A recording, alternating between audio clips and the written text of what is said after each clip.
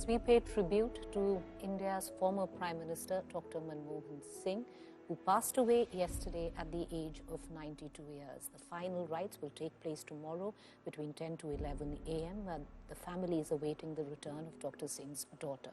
I'm joined right now by two journalists who've covered Dr. Singh's successive terms very closely, watched him, studied him very closely as political reporters.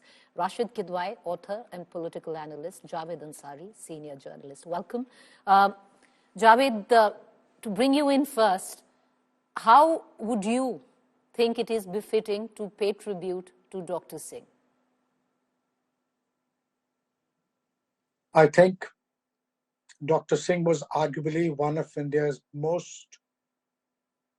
India's best prime ministers. He will be remembered as a man of tremendous integrity, as a game changer who pulled millions of Indians out of the economic morass. He changed the lives of millions of Indians for the better, and above all, as a man who treated all Indians, who did not discriminate against any section of Indian society, who treated all Indians as equal and believed in taking everybody along.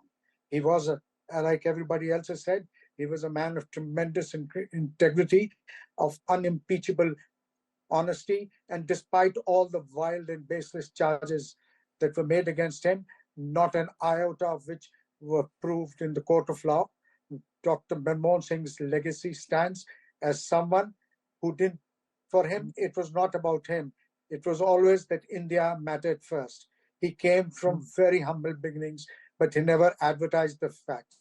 He may or may not have been in first-line terms with the likes of Barack Obama, but I have been personally witness at the G20 summit in Brazil, where the Japanese Prime Minister, the Chinese head of state, and Barack Obama, everybody took aside and sought a meeting with him and spent close to 2 hours to help understand, to help carve out a roadmap to get out of the economic recession that the world was facing in 2008. And you don't have to take it from me, take it from what Barack Obama said publicly. He said when somebody like Dr. Singh talks, the world and the world's leaders listen to him. So he was right.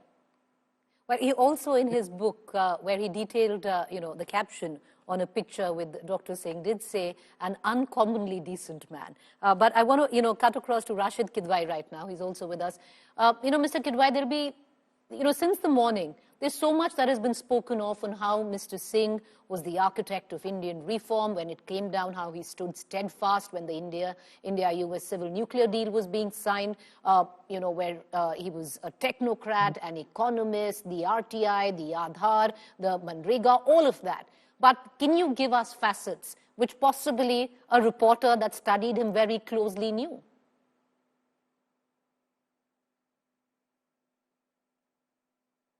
I think Dr. Manmohan Singh's legacy was much more than architect of economic reform. This is not to take away all Mr. those. Kidwai, there's a problem with your video and audio connect. We're going to try and rectify that. Javed, would you want to take that question? But there's so many facets that stand out.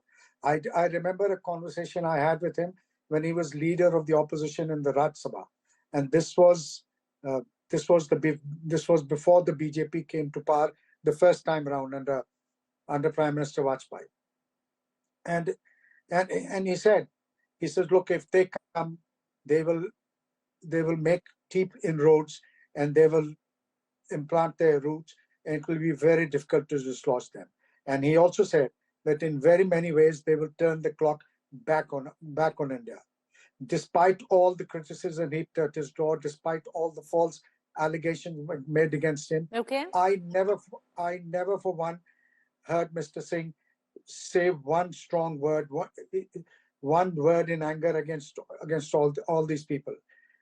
Dr. Singh I have been in touch with him regularly even after he demitted office. The last time I met him was about 5 weeks ago. And unfortunately, I came back with a distinct impression, with that sinking feeling that perhaps this is the last time I'm meeting him, because he was extremely unwell. It was very difficult to make out what he was saying. Yet he was always very affectionate in his own way, a man of few words, but always very affectionate in his own way. The warmth that he exuded. Every time I met him, I came back with something. It was an education.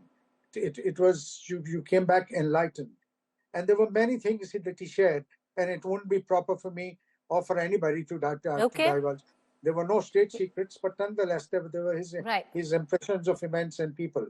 But Dr. Singh was one of his kind. I do not think, and I'm not using this word lightly, but I don't think there will be the likes of him again in a very long time.